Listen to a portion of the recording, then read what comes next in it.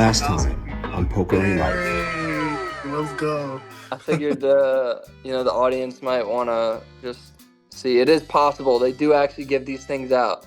Man, So that's awesome. don't give up on your dreams, guys. Hell yeah, that's sick.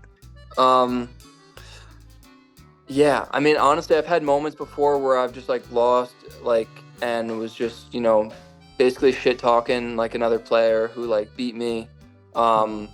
Or like I've even like slammed my phone, just shattered my phone before or after like beats. Live or online for the phone stuff? Live or online? That was actually in a WSOP event in the hallway. Yeah, a couple years ago. I was just getting crushed in the summer, and then I finally like got in a big pot, and I got an ace queen versus king queen on an ace high board.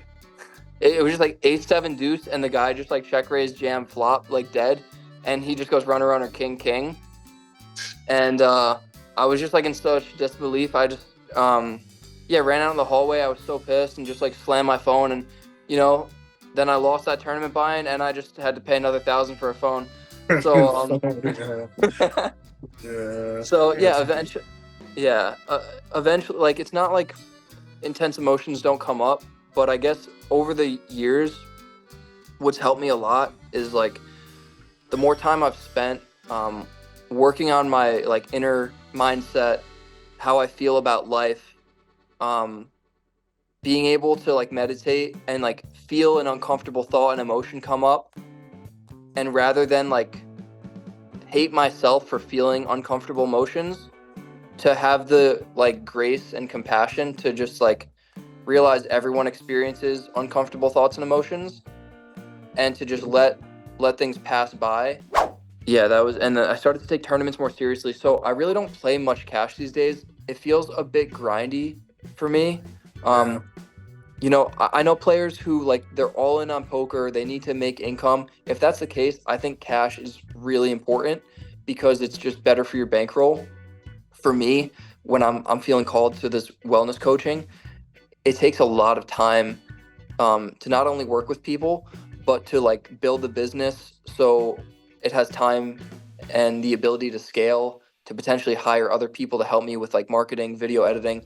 So right now, cash just feels a little like too much of a time commitment taken away from the coaching. So that's why I've mainly just been focusing more on the coaching and studying for major poker series.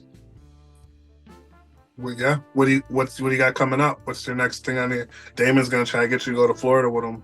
He's always in Florida, man. I'm sure you'll be here next week, right? I've wanted to. I really did.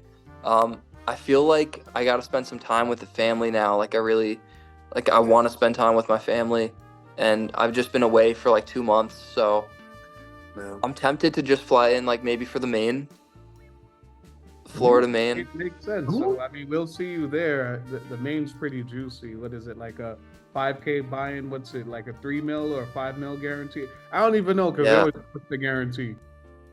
Yeah, I know, right? I think it's a 5K 3 mil, but yeah, they're probably gonna blow that guarantee out of the water. Yeah, so one of the things that I do want to also ask, right? Like, how do you prepare for a series? Like I'm not good at like watching videos. Like for me, I always tell Tony this: I have to like play in and talk about hands and spots after. Like, how do you prepare for a series? Yeah. Well, I feel like poker is this sort of infinite game where there's sort of this like infinite amount of hands I'll play over the course of my life, and my skill is sort of it's building on itself. Now, if I take too much time off, I will forget things. But just hopping on like regular coaching calls, taking notes from hands that are interesting, like you do, like just making notes of hands. As long as we stay fresh and like not having major leaks and just trying to like play solidly as possible, I think that's huge. And then maybe before a series, I'll just make a goal to watch like a few more videos in whatever course I'm going through, take some notes. Trying to do too much like before a series, like cramming and like trying to watch like 5 or 10 videos and having like, okay, like 5 or 10 different things you're trying to work on, our minds just don't work like that, and they'll just get overwhelmed. So I think maybe having like, heading into a tournament, maybe you have like 2 or 3 things, or even just one thing. If you can just like have an intention in mind of like, okay, today I'm going to look for spots where I can, for example, make a big hero fold instead of like making a big hero call, right? Maybe you feel like you've been paying people off too much and they're just not bluffing enough. So like you go in with an intention to just like have something in your mind to where, okay, I'm going to make like focus on making hero folds today, or I'm going to focus on like value betting thinner, whatever it is, just having a couple things in mind where you're going in and that makes you feel confident. Then, or at least for me, I can only speak for myself, but if I have a couple things in mind that I know are like I've just studied and like I feel like it's like a good addition to my strategy, I don't want to go in with too much, but having a couple things just makes me feel confident and like I'm going in sort of with like a game plan and a goal. And an edge, right? I love Because that. a lot of people aren't going in with that game plan or that edge, So like, or or maybe they are, but they're cramming too much, right? And so I think that it is good to kind of watch, just maybe the last thing that you studied and take notes, just so it's fresh on your mind. And when you sit down at the table, you're not talking to people, you're remembering the last thing that you studied, But again, if you do too much, like you said, you'll just go crazy, Yeah, I But no, totally it's good. agree, Tony. I was gonna say, like, I think that's great advice where it's like you have to have that self-awareness in terms of what you want to improve on. Like for me, I 100% know I don't defend my big enough, and I 100% know that I don't four bet light enough. And like to the point where Tony probably calls me the aggro knit, where I like pick and choose. I feel like I always wait till I'm like a deep stack before I adjust my game, but it's really important. I can never get deep stack if I don't make necessary adjustments in early game to be able to kind of like defend myself. So I think that's pretty good. I think I'm gonna probably think of like 2 or 3 things this week that I should like look into or focus on, because the Well, studying a course thing, Tony, is not it. I don't want to watch 17 hours of some guy with a pointer and on a PowerPoint. Like that no, doesn't I'm sound telling like. you, man. I'm telling you, watch Jaka, man. It's more consumable than you think. And I just real quick, I don't think that you don't defend your big blind enough. You could fold all your big blinds, bro. I haven't watched you enough. I haven't watched your play enough to even say that. So don't go defending your big blind because you think I say. Because No, I not think you. I'm you. just saying in general. I know for me Okay. live, like Okay. personally, like I try not to defend my big blind enough where it used to feel like a personal attack, and then I know that was a leak for me. Like how Zach said how you to get tilted. If you raise my big blind 2 or 3 times, I'm gonna confront you. Tony, stop that shit. You did the last orbit, the orbit before, and then now I'm like playing bad because I take it personal. So like that's definitely something where like I know I have to improve on. I don't think like in 400s it makes a difference, but Mhm. like when I play 1Ks and higher, like I personally feel attacked where you are going to get some sharp players or some like really great players that know who they could kind of like pick and choose on. So it's like Yeah, some. but bro, at the same time, like that's what like overfolding it can be exploitable, right? Like if you're sorry, not what am I trying to say? Like folding to somebody that you know is a nit is exploitable. You're exploiting them because that like did you see that hand when the guy folded kings? Did you see in the World Series? It was crazy. There was this woman, she basically like flatted with aces Oh after yeah, it queens was ace ace king king queen queen and king king and queen queen folding ace ace kind folded. of Yeah, that whole. exactly. Those Yeah, those that's are crazy. great exploitative folds. You know what I'm saying? Like the name of the game these days is overfold, bro. So don't feel like Yeah. you're getting exploited, bro. Get your money, Yeah, consistency is key. And then speaking of WSOP, I feel like the hot topic that I gotta ask like your opinion on, because you mentioned you invested in, not only like coaching but also software. So I'm Yeah. curious, like, if you were in that position of the second place WSOP winner, right? Like, what would you do in that situation? Because I feel like in when you won your bracelet, you had a pretty big rail, right? Like you had tons of guys. Some of them I've seen before, so I know it's a sharp crew. Like, what would you do if you were heads up in the main and you saw Yeah. that your opponent had DTO or any software they had up going and they were running spots, like would you go back to your team to have them do the same thing to combat it, or would you speak on it? Like what would you do in that situation if you had your rail that could also solve in those situations, or would you just Yeah. like say something and have them act? I'm curious on that because I wouldn't want Tony on a laptop. I would just like ask them to cut it out if that was me. Yeah, it's definitely a tough situation. I'm sort of surprised like WSOP hasn't been more strict with it over the last few years. But especially this year where like, it basically is assistance, and I don't know, it's tough. Like you really should go into a final table prepared for like a lot of these spots. I think, I don't know, running back, even if you're running like the previous hand, right? Like they're saying it's not real-time assistance because you're only studying previous hands. But at the same time, if these guys are sharp, they're probably telling them like what they should be doing next hand too. You just have the sims up and yeah, exactly. You use the last couple hands to dictate, what you do in that position coming up. It's like, and that's what was making me mad when I was watching it, is watching Doug Polk, and I still haven't even watched the final table. I'm still on like day 5 or something like that, but I'll slowly get there. But I was watching Doug Polk and them talk about it, and they're just like, yeah, they're just being like so nonchalant about it, and I'm like, no, this is a big deal, But yeah. What Yeah. content do you? Oh, my bad. Go ahead. No, what were you saying, Damien? I was gonna say, like, who do you consume? Like, I used to consume a lot of Twitch and just watch other people play, but I feel like in the last year, there's just so much content on YouTube. Like Finding Equilibrium, Solve for Why podcast. There's literally like 7 podcasts that do something similar to what we do. So I'm curious for you, non-study wise, what type of poker content do you consume? Yeah.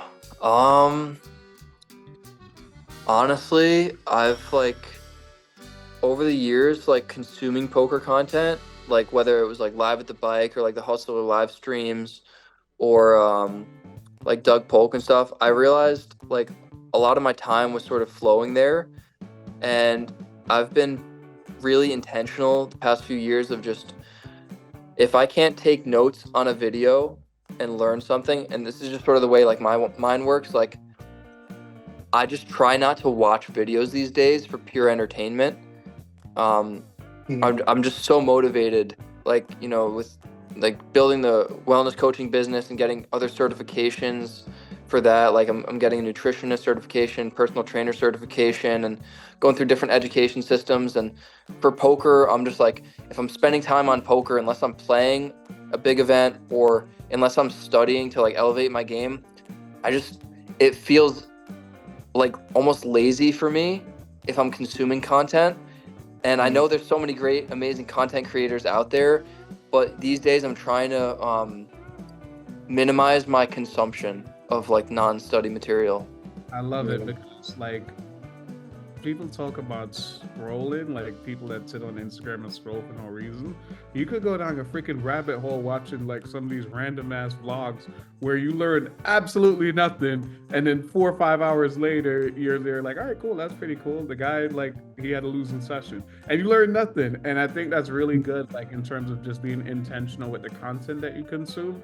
And I think like that's like really, really important for people that are trying to take it serious. Like our time is valuable. We only have X amount of hours, especially like in your situation where you have multiple different things that you're working on, from improving your personal brand and working with others and even leveling up and getting new certifications. So I think like that's pretty awesome, and that's probably something I have to do in terms of being a little bit more intentional. I feel like I'm only intentional when I know I'm going to a series. When a series is not coming up, I'm just like, all right, cool, what random shit could I watch now? Where now it's like, all right, Hard Rock is next week, this is what I need to watch. I need to be in the gym. So I feel like I'm more tapped in when the series is coming, and I got to shift my mindset to be like that all year round, and not just when there's something to look forward to, an event to look forward to. So I think that's like great advice for me personally, and just anyone else out there, is like, be intentional with the content that you consume. Tony, I'm gonna hand it over to you because I need to be intentional and close.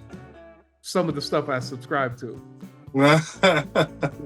How long are we running at this point? I'm like, we're at hour 18. I had two more questions, Tony, that I wanted to ask. I could jump right into it and then hand it to you. Yeah, go ahead. Sure. Smooth. All right. So first question, why did you cut your hair, man? I'm curious. Like for me, I grew my hair, and I get that question sometimes. Nice. Like why did I grow my hair? And I like look back when I'm doing my research, and you were like, the long hair was fire. Like, why'd you cut it? Was there a specific reason, or was it like? Oh, really? I always say hair is like a trauma for some people. Some people may change their hairstyle, grow their hair, or cut their hair after like a life-changing incident. Was there anything specific why you cut your hair, or was it just you wanted to just try something different? Honestly, so I had never grown it out long before, and then sort of when like COVID was happening, and I just like was getting more into like my sort of hippie phase, I was like, man, you know what? I've never grown it out. Let me just see how it looks. And I saw Ben Heath. I don't know if you know Ben Heath, High Stakes Pro. Yeah. Well, he had a lot of hair, right? He still does. He had a lot of hair. I'm like, wow, you know what? That's sort of a cool look. Let me try to grow it out. And I think you can sort of see like when I was final table of the tag team event, like sitting next to pads, my hair was long. It was, man. Little Charlie Canal. Well, I was like, that's kind of cool. Yeah, but it just felt, I don't know, like I feel like women sort of like a cleaner cut look, you know, so just sort of having like a little bit of length on top, but like the side shorter. I just felt like it was like cleaner cut, and like during the summer it was more comfortable. I wasn't like sweating as much. Yeah. Tony, we definitely got to take a vote when we put this out there and have the ladies vote what they prefer, the cleaner cut or the Charlie Caral. If they like the longer hair, I'd love to hear a couple takes on that. So that was one. And then my second question is like, for me, I'm like a fake action pro. I say that. If I'm playing cash, I'm drinking, having a good time. I don't really care about the results. And I like take tournaments way more serious where I'm like locked in, not even social at the table. So I'm curious for you, like, as you grind the just out there and you get more and more out there, like you start seeing some of the same people over and over and over, and then you kind of get friendly with people, or they play you differently because they kind of start to know who you are. So I'm curious from your perspective, do you think that people like play you a little different as they've been seeing you more and more and more? And do you play certain people that you have history with differently now, or do you kind of go into every game and adapt with the new situation, or do you kind of like remember those hand histories and have like a villain in mind, like I got to get revenge for you, you got me in a big hand 2 years ago at WSOP? Like, how does that go from a mindset standpoint? Because I still have like a guy who fell to me 3 years ago, and it still bothers me till this day. Your questions are great, Damien. Thank you. I'm trying to learn through you, because I want to make sure I'm not the only one. Like, I still Jargo, or whatever your name is, Mike Jargo, till this day. I look at him, I side eye him. Like, he fell to me in Austin, and he fell to me in like Hollywood. I'll say what's up, but like, I if he's in the hand, I'm in there. Like, I'm taking the streets when I see him. But do you have like a tough villain, or you think anybody kind of, you're their tough villain? Is like how I want to kind of answer that question. Are you anyone's tough villain, and who's your tough villain based on just? Oh man. Wow.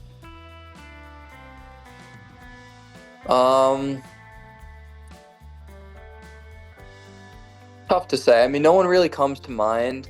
I've definitely played some like spicy pots with different people over the years, but honestly, I think revenge and sort of like taking things personally in poker, like thinking like either the universe is out to get you through another person, or like you're out to get them. I think that's sort of like the superstitious like noise that takes away from like the signals, in the sense that like there's like a bunch of noise and there's signals in life, right? And we want to try to decipher what is signals versus what is the noise. And I think taking anything personally is not useful, in the sense that we're just trying to play optimal poker, and we can what I'm not saying is, oh, like we've seen this person play, we shouldn't pay attention to how they're playing. Like we should certainly pay attention to the lines they take, the hands that show down, trying to understand this person's strategy. When it comes to like being friendly or like soft playing, I try not to do that with anyone, because, and this is just sort of like a life philosophy that I'm trying to embody more. I genuinely try to love and respect everyone that's alive. Just like I share life with you, I'm in this universe with you. Like I have like this natural sort of unconditional universal love and respect for you. But as I'm competing at the highest level in poker, and winning money in poker is going to help me, like I'm going to put the money to good use on these projects that I can pour back into the universe. Like I'm comfortable with winning money, and it's not a selfish thing. Like I want to win money so that I can fund these projects. And then if other people win money, great. You know, hopefully they can use their money in a way that serves the universe as well as too. So I try to love everyone, but always play as optimal poker as I can. And some days that, yeah, sorry, go ahead. No, I was just gonna say I like that a lot because, you know, if you love and respect everybody, then, you know, you're gonna play everybody the same way, right? Say you don't even think that way necessarily. Say you just think that, you know, you want to play in this pot because you want to get back at that person. Well, technically you're saying that, you know, you only want to play that person because you think that they're the only person at the table that it can think on your level, right? So you're almost disrespecting everybody else at the table, right? By not, you know, I don't want to go too deep in it by saying, you know, you playing garbage hands is disrespecting other people's time, but in a sense it is, right? You don't respect what other people are going to have, so you're just going to come in every pod, do whatever you want, you know? So I started to kind of like what you were saying there as far as respecting everybody at the table equally. I agree. That's another $20 Zelle request from you. That's like great advice. So Jargo, I apologize. I'm gonna dap you up when I see you next time. No more beef. I'm gonna come at all the dickheads equally. So my apologies. There you go. Just come at them equally, right? Yeah, man. It's like so. What else you got? Anything you want to shout out? Anybody? Do you want to? Before we ask you the $1 million question. Tony, I got Zach, one more. My bad, Tony. I got you one do? more written down Okay. that I'm curious about. So when you were in like Hollywood, I felt like you were just at peace at the beach and at peace in Florida. And like I think even at one point I even said, bro, you should just move here. So if there was no technology at all, like, and you had to live somewhere for like 2 weeks, 14 days, just no cell phone, no TV, no technology, just you and spirituality and what you do in nature just alone, where would that place be?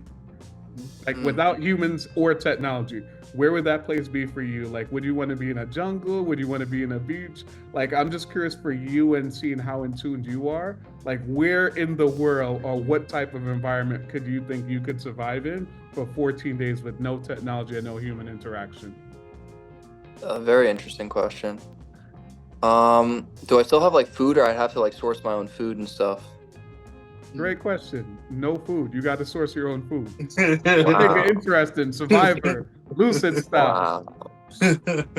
Wow. All right. Hopefully a place where there's like some fruit trees. For sure. Yeah. Honestly, like. All right, give you food. We'll give you food. I was more so thinking if you do mountains or if you do like a rainforest or the beach. Yeah. So like, yeah, you have food. You have like weeks of food, like containers of like healthy, conscious food. So I was just more so from an environment standpoint. Where would you want to be? What type of environment? But if you could pinpoint a specific place that you visited, that'd also be awesome. Honestly, I really love sort of like rural lake vibes. Like a nice clean lake where you can like, you know, you have access, there's like trees and like forests around, and then there's also maybe like a small beach or something down to a lake. That's sort of like my favorite vibe. Florida's pretty cool too. It is, yeah, a little hot and humid this time of year, I will say. You know, summer in Florida can be brutal. But Florida's cool. Honestly, man, I'm more in tune / like sensitive to like over urbanization, car pollution, sidewalks. Like I'd much rather be where it's more rural. There's like more plants, trees, fresh oxygen. Plants are like absorbing toxins from the air. So I'm much less a fan of cities these days. I like being out in the country where it's like cleaner air. Yeah. Do you do a lot of hiking and going on like adventures and stuff? Seem like you do. Yeah, I like hikes for sure. Have you ever had to have you ever been in any like dangerous situations, like come up on a bear or like fall in a crack or some shit? I don't know what. Any survival modes? You can't fight a snake, Tony. Like, I'm curious. Survival mode moments? That's a good question. I've been out like fishing with my friends before, like in a like small little canoe, and we've been out in a lake, and then like all of a sudden a thunderstorm like washes over us from nowhere, and like there's like lightning striking, and we're just like praying it doesn't hit the water near us and zap us. That was pretty intense. And I went to Malibu, which isn't really like off in the boonies, like, you know, it's like a nice area, but I was on a beach with my sister last year, and I was just climbing up like a small cliff, like sort of free solo style. It was maybe like 15 feet high or so, and the rock broke off as I was pulling myself up, I was like just free falling, and my arm was sort of pinned behind me, and it dislocated my shoulder. Oh shit. So we had to go to the ER, and it took like an hour before they were able to get my shoulder back in place, but that sucked. Yeah, how's it holding up? It's okay. It's only redislocated like 2 or 3 times since last year, but yeah, at this point, like my labrum might be a little bit damaged, so I may need shoulder surgery. I'm looking into peptide injections, which would be a first, but I know a lot of athletes are getting that to repair like soft tissue and like ligament stuff these days. So if my insurance will cover it and it's not too much money, maybe some peptides. Yeah. Look it up, insurance. So you do a lot, or can you even lift and stuff with that shoulder? How bad is it? Yeah, I'm very fortunate. I did a few weeks of PT. A lot of, if everyone's ever had shoulder surgery, you know, they'll do a lot of like internal, external rotation with like different like, you know, resistance bands, working on like all these like, because all these like muscles are so weak back here, and almost everyone, they're just like tiny little muscles. So this sort of work, and yeah, fortunately, like I've been able to lift heavy like dips, pull-ups, dumbbell bench press. I'm actually like stronger than I've ever been currently. So I'm fortunate in that regard. But every now and then it gets like a little clicky, and if it feels weird, I'll just like, you know, take it easy. Yeah. Tony, one more question, my bad, from a health side of things. One more, I promise. Zach, I'm gonna just talk to you all day long. Go ahead, bro. I might as well just sign up for just like mentorship. I was gonna say, you should. Health-wise, like, have you ever had anyone at the table, like health-wise, even just like come up to you and ask like your workout regimen or just like health tips? Just like, because I feel like poker players, you don't see a lot of fit poker players. Like you kind of think of Foxen, you kind of think of a couple other people, you per se. But I'm just curious, at the table, have you ever been approached for anyone just like about not poker related tips, but like what's your nutritional tips and like what's your workout regimen? I'm curious. Yeah, that actually comes up a lot. Yeah, I have some amazing conversations people just with ask people. Me, what do I drink when they see me drink? They don't ask me anything about health at all. So like I get different level questions. Actually, that's what I want to ask you, Zach. What do you drink? I don't know what to drink that's like fucking healthy. Like even when I go get water, like for instance, I went to Borgata with Cedric. As soon as I grabbed the water, Cedric's like, don't drink that. It doesn't have enough electrolytes. And I'm like, bro, it's just water. Like I don't know what to drink. I quit drinking soda. Like it's been a good amount of time now. Like 3 months, I haven't had a soda. You know.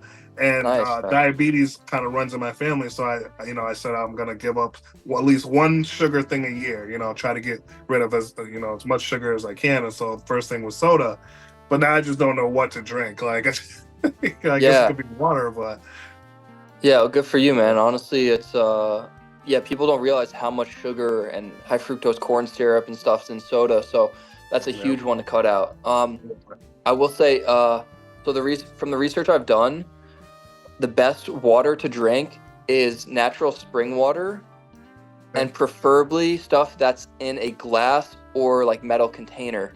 So one of my favorites is the stuff called Mountain Spring water, or Mountain Valley, something like that. It's like in a green glass bottle. You can get them at the supermarket.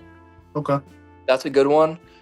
You can also get like water filters that filter out fluoride and that structure your water. Most people don't realize, like, not all water is made equal. You really don't want to be drinking tap water. I know a lot of people just drink tap water because it's cheaper, but you have to realize, like, as a guy, if we're like 150, 200 pounds, we should be drinking like close to a gallon of water a day. So like that's a lot of water that's passing through our bodies. And if there's fluoride in it, if there's other like even like pharmaceuticals that have literally leached out from people's drains into our water, they can be messing with our hormones. There can be microplastics, lead, all sorts of nasty stuff that you don't want to drink in tap water. Even getting like plastic bottles at the store, we can have microplastics that are going into our organs and stuff. So yeah, I would say stay away from plastic, opt for glass. If you can get like natural spring water or like a quality filter that filters out fluoride and that stuff, I think it's a good investment because we need a lot of water as humans. Yeah. So what about like juices and stuff? What do you drink for juices and anything, or you just juice your own fruits and stuff? I don't have a juicer. Okay. I know some people are into that. Shout out Aram Zobian. Yeah. I know Aram's big into the juice. Yeah, I mean, juice is cool, but eating fruit is probably better for a lot of people in the sense that fruit has a lot of this natural fiber and it's sort of like naturally structured water to where like a fruit is mostly water with some sugar. But if you just juice it and drink the juice, it's like the concentrated sugar and there's a lot less fiber. So a lot of the benefit from fruit comes from having fiber in our digestive system, helping like just keep everything regular. So it's way better to eat like complete fruits than to even like blend them in a smoothie or juice them, I think. Gotcha. Makes sense. Say you're supposed to eat the seeds. A lot of seeds on stuff are supposed to be really powerful as far as like anti like biotics and anti-inflammatory and all that good shit. But slowly learning about all that. I need to get you more do a help. lot of research. It's clear, Tony. I do a lot of research, but I just need to make sure that the stuff I'm researching is true. I've been even researching into like they say everybody has naturally gets parasites in their body, and that you're supposed to like detox and do like parasite cleansing and stuff like that. But I'm like really scared, scared to see like worms come out of me. It's pretty gross, but. Yeah, Tony, your beard looks amazing. Like, what have you? I know, man. I've been, I've been taking my. Other than picking at the shit the whole time. But what are you I'm trying, man. I'm trying to get it there. But But yeah, man. Good. All right, bro. You don't gotta stare at hard, bro. You can take a picture. You know what I mean? Oh man, this guy. All right. Well, Tony, I think it's time for that $1 million question. Like, I think so too. Yeah, so if you want to kick it off, before I ask that, do you play online at all, Zach? Yeah, I've been playing online the last few years. Yeah. Where do you play? I have the Poker Bros app on my phone, and I'm in a few different clubs. Like, there's good tournaments. There's also really good cash games, but the cash games are unbelievable. I play less these days because from a time management perspective, but yeah, Poker Bros for cash and tourneys, and then I play on ACR and yeah, also some Natural 8/GG. You didn't hear that from me though. Yeah, edit that out, Tony. You have to be you have to be in the right countries. You have to have like a VPN and stuff for that. But I do play on ACR. So I used to play on Naturally, and I got the whole setup or whatever. But I didn't really win that much. How do you feel the play is on there compared to the other sites? What's the hardest site? ACR and GG are definitely. When you get to the final few tables, it's going to be tough because it's a lot of pros on there. Yeah. Compared to something like Ignition or like what's that other one? Bet Online. Sportsbook. Yeah, those are good. I'm trying to get on like Ignition, Bovada, Bet Online. Banned in New York, right? They Allegedly. might be. Yeah. I was like grandfathered in since they were like Bodog probably like 12 years ago. So like my account was in New York before it was banned. But like okay. Now, Tony, I'll say ACR is the hardest site ever. Like ACR will make you a better player. Like I don't study because I play on ACR, and that's what I tell people. I'm like, the shit I see on ACR, if I just observe, it's almost like I'm getting like coaching. Even when I'm not in the hand, it's hands down like some of the craziest shit I've seen. Like just the over pot shoving, the like. I can't explain it, Tony. Just know, like, that's all I'm gonna say. Brazil. I've been in them streets, bro. I know. Holding it down. I've been in them streets, bro. I know. What I need you to do though is record your hands and start reviewing them. Go back through them, see what you think you're doing wrong. Maybe get a coach to go through them. We got coaches. We done. All right, whatever. Tony, you play online? I used to. So I don't want to get into the whole story. Maybe I'll tell you later. But basically, ACR scammed me for like $150K. Yeah, it's a whole thing, bro. Basically, what happened was there was this a couple years ago. Moneymaker came to the site, and they're to hype him up. They're like, "Oh, we're gonna have this big tournament. Anybody can play, and it's gonna be free to play. And first place will take $150,000, and they'll get a pro sponsorship package to ACR." Anybody could play in it. There was like 20,000 people that played in it. You had to play, a week of tournaments. There was 3 tournaments a day. You collected points. I got past the first week, got past the second week, got past the third week, got to the final table. Ended up taking second place in this tournament. And then come to find out, everybody's telling me that first place was a bot and they had no intention of hiring anybody to begin with. A bot planted by ACR. What? Yeah. Yeah. That's such an insane story. So I ended up getting second. They tried to sweep it under the rug, and it's just this whole thing. So that's kind of around, Dang. Yeah, it's crazy. So that's part of the reason why we started this podcast is because we wanted to take crazy stories like mine and other people's in the communities and bring them to light. Yeah. But after I made the podcast, I don't even know if I think I kind of hinted to this story a couple of times, but I never really highlighted it just because I felt like the podcast should be more about the community. I didn't want to make it all about me, you know what I mean? But yeah, so I that's important stuff to share. Yeah, for sure. So I self-excluded from ACR. Stopped playing there. I played on Ignition here and there. Actually, a couple years ago, I won that main event on Sunday. Damien did too, for like $18K on Ignition, but ended up stopped playing there. 150K. What's that? 162, 150K. But these days they do a yeah. So Yeah. Tony's the live guy, Zach. I'm the more online guy. Like since COVID, I've been going full steam online. Like I probably have 80% of my volume online and 10% in cash live and another 10% live MTTs. But I think pretty percent in cash. That story for Tony sucks, man. I still feel it for him till this day. And that's the thing. You say I'm a live guy. I really don't think so. I think the reason why I was able to have the success in 2019, with the back-to-back tournaments, was because I was playing so much online on ACR and seeing all those hands. Plus, I was studying too. You know what I mean? I felt like I was a force back then, and now it's just now it's different. I don't get to see all those hands, so I got to go on those studying websites like Jaka Coaching to see all my hands. You know, I can't keep giving away these Tony, the more we talk, hard-earned dollars. Last one, I promise, then I'm done. Right. Yeah, it's getting dark outside. What are your thoughts when you see someone with a patch? Like, if I see someone with a patch, like, immediately I'm like in my head laughing. Like, especially if I see a Jaka Coaching patch. Chip leader coaching is a little bit different.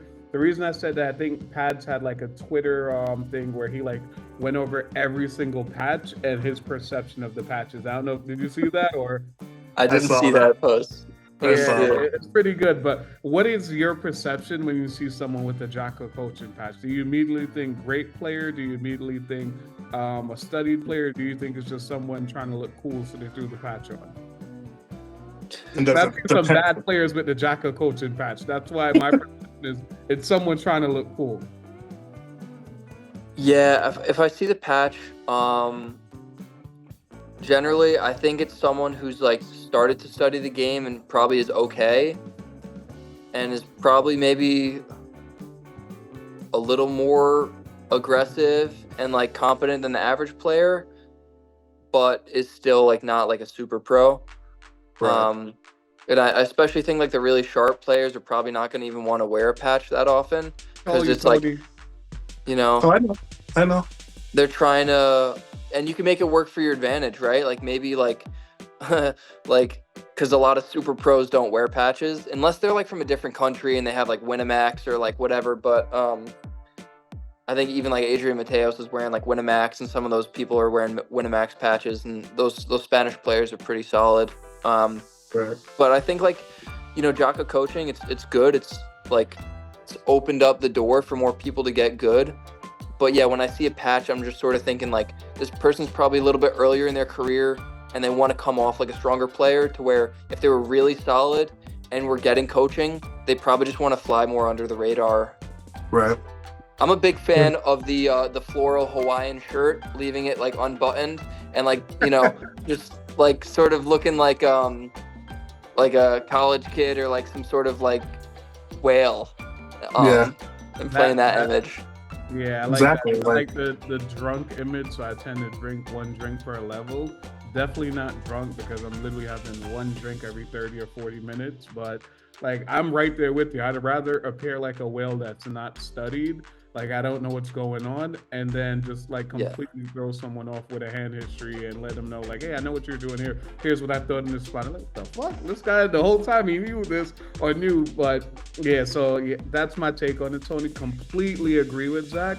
Like when I see Jaka Coaching patch, I think it's someone like early in the career, not as good as they think they are, and almost trying to like kind of like intimidate people. But in my mind, I'm like laughing like, look at this guy. Think he's gonna go with the patch, and you they're keep like doing that. The patch in the middle of everything. I'm like, but yeah, if you got a patch at Hard Rock, I'm coming for your head, dickhead. We already talked about this, didn't we? We already had this discussion. Shouldn't be targeting anybody for, you know. Yeah, right. I need to treat all dickheads equally. You're right. So, somebody, I'll let you take it off for the mystery question.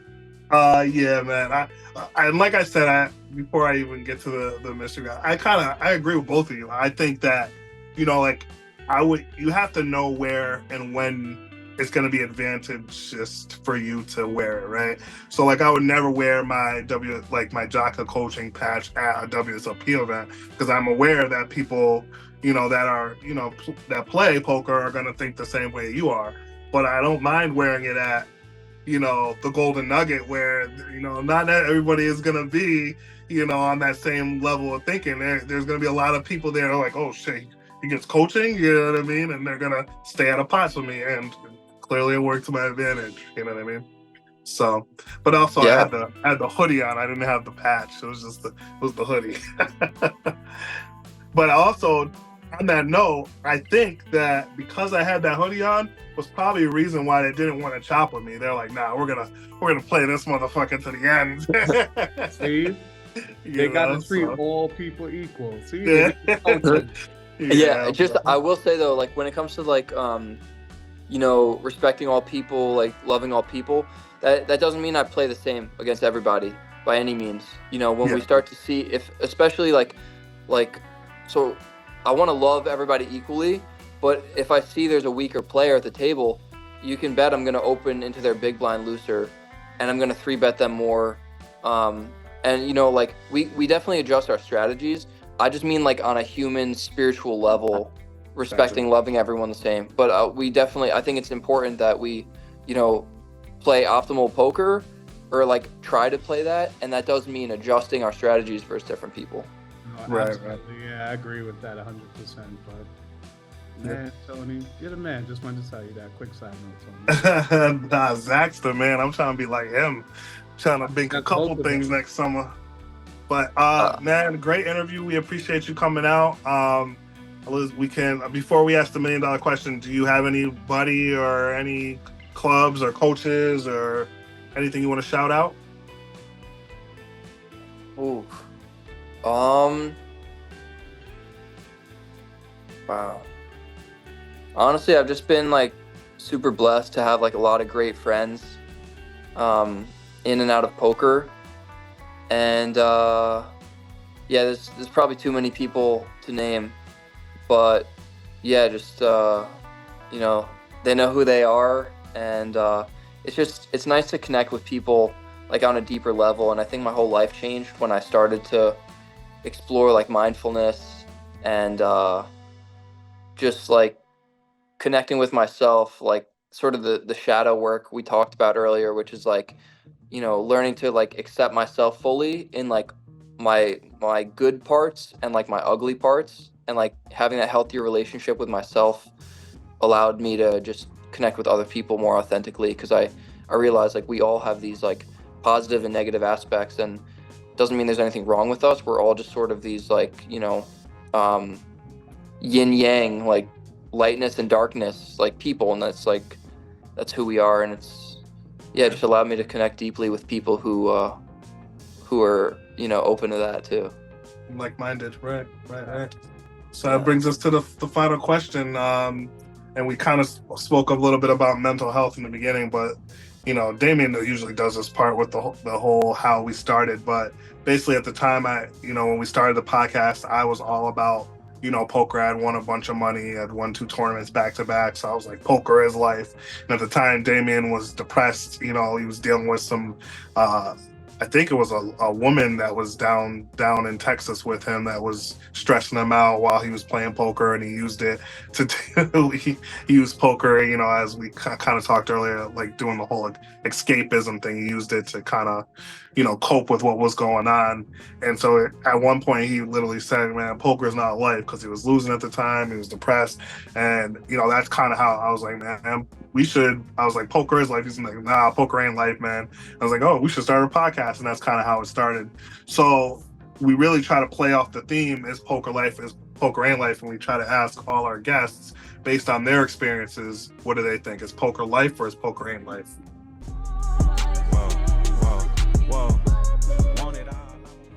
Yeah. I would say life is infinite. And we can't ever define it. It's constantly expanding, however much we can open our minds, life is just constantly going to open our minds further. And poker, it's a beautiful part of life that I've been able to experience and enjoy, but it's just like anything, you know, no matter how important it seems to us, it's just like a sliver of life, and life is like this infinite ocean. So I try to like open my mind to you know, the idea of the universe or God, and meditation, just clearing my mind and opening it to new ideas often. So yeah, I try not to idolize or get too attached to anything in particular, I guess, in life. Yeah, man, that's such a great response, Tony. Yeah, that embodies what we're all about here, man. You know, great response, Zach. I appreciate you coming out. And I appreciate you next guys. time, and keep fucking running it up. What's the next tournament for you? Thanks, brother. It's honestly, I'm super honored to be here, and you guys asked such thoughtful questions. So this is, it's just a great honor to be here. Next tournament, I'm still deciding if I'm gonna make it out to Florida or Cherokee. It's feeling a little rushed, as much as I would love to. But yeah, if nothing in August, potentially Borgata for some of those events in September. Oh, okay. Tony, Is it It's still gonna the be is it still the 100 days to going on, or is it something else? I don't even know. What is that? So I just came from Borgata last week. I played in. I tried to catch like the last bracelet event online, so I played in that and fucking basically bubbled. I was so pissed. I drove back like 5 hours in the middle of the night.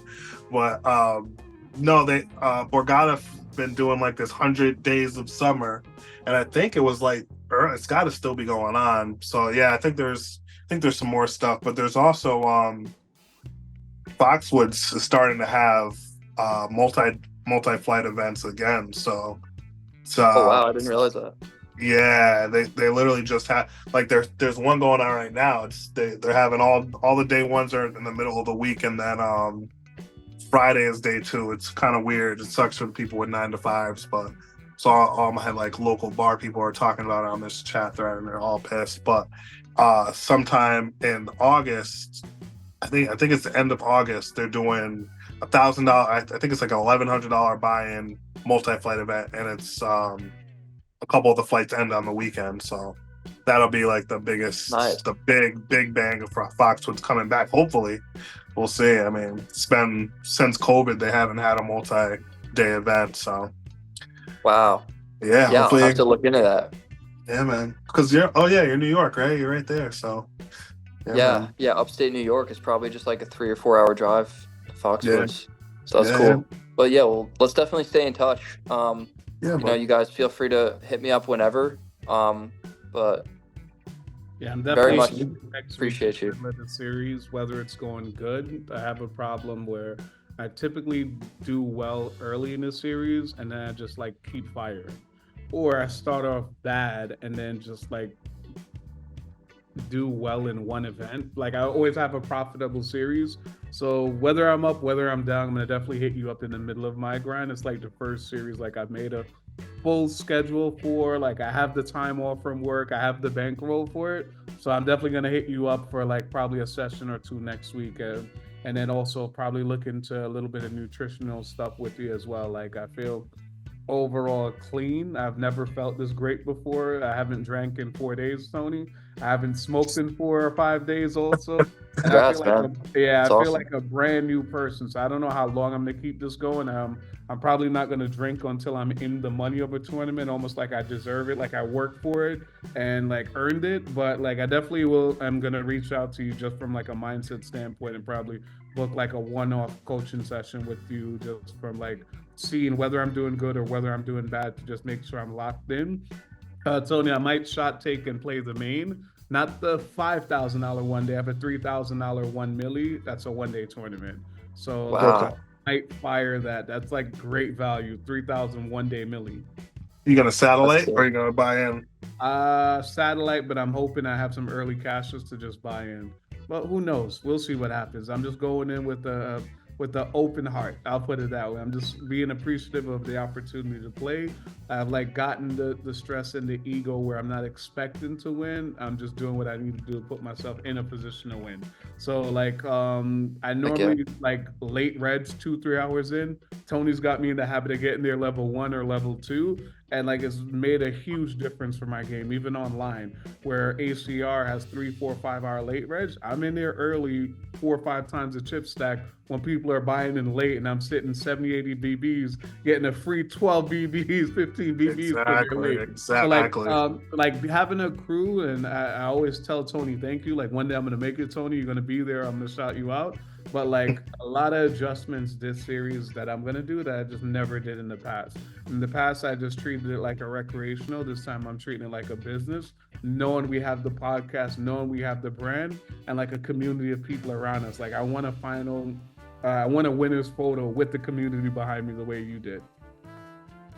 Heck yeah, bro. Sounds like your mom. I record all of that. I got soft. Yeah, I got it all on tape, man. I got it all recorded. Yo, can we see the bracelet one more time, bro? Oh yeah. Because they change those things every year, right? They're different every year a little bit.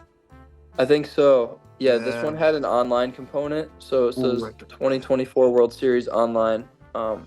but I know the final 8 was live, and Nah, that's fire. Have you worked to play yet, or have you just been chilling since?